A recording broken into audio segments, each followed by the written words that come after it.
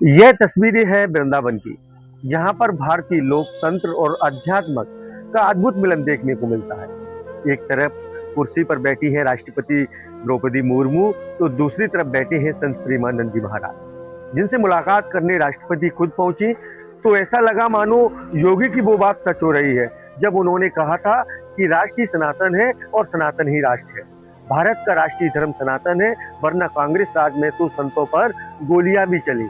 भगवान राम को काल्पनिक बताया गया, पर राष्ट्रपति जो देश की पहली नागरिक है, वो पार्टी की राजनीति से ऊपर है। वह एक संत से मिलने पहुंचती हैं, तो यह चर्चा होने लगती है कि संतों की शरण से मिली सत्ता को बीजेपी लंबे वक्त तक सहज कर रखना चाहती है। तभी तो प्रधानमंत्री नरेंद्र मोदी कभी पंडित धीरेन्द्र शास्त्री को अपना भाई कहते हैं, तो कभी संत सीएम योगी आदित्यनाथ की खुलकर तारीफ भी करते हैं। लेकिन राजनीति से हटकर अगर राष्ट्रपति और प्रेमानंद महाराज की मुलाकात की तस्वीर की कहानी देखें, तो 20 मार्च की सुबह करीब सुबह 8 बजे बारिश के बीच ही राष्ट्रपति द्रौपदी मुर्मू कैलीकुंज आश्रम पहुंचती है, जहां पहले से ही तैयारियां पूरी हो चुकी थी। वृंदावन की सड़कों पर बंदरों से राष्ट्रपति का चश्मा बचाने के लिए लंगूर के पोस्टर भी लगे थे, साथ ही साथ लंगूर भी तैनात किए गए थे। तो वहीं आश्रम के आसपास भी सुरक्षा व्यवस्था कड़ी थी। जहां पहुंचते ही राष्ट्रपति प्रेमानंद महाराज को हाथ जोड़ती हैं, तो वहीं संत प्रेमानंद महाराज राधे राधे कहकर उनका अभिवादन स्वीकार करते हैं। फिर आश्रम के संत राष्ट्रपति को माला और चुनरी ओढ़ाते हैं, जिसके बाद बातचीत का सिलसिला शुरू होता है, जो करीब लगभग 25 मिनट तक चलता है। जिसकी तस्वीर सामने आते ही प्रेमानंद महाराज का हर शिष्य गदगद उठता है, क्योंकि नेता हो या अभिनेता, सब प्रेमानंद महाराज के मुरीद हैं।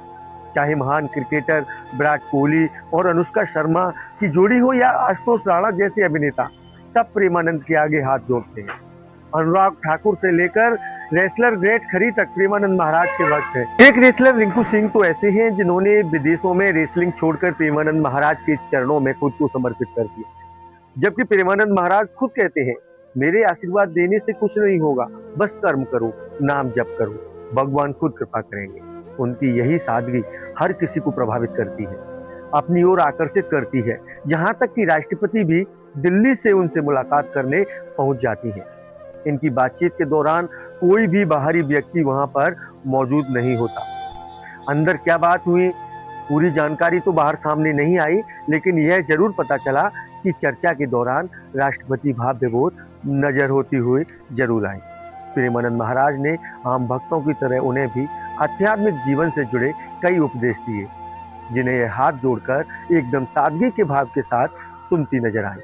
यह देश की सर्वोच्च कुर्सी है और एक संत की मुलाकात की वह तस्वीर, जो आधुनिकता के इस दौर में अपनी संस्कृति को भूल रहे लोगों को जरूर देखनी चाहिए।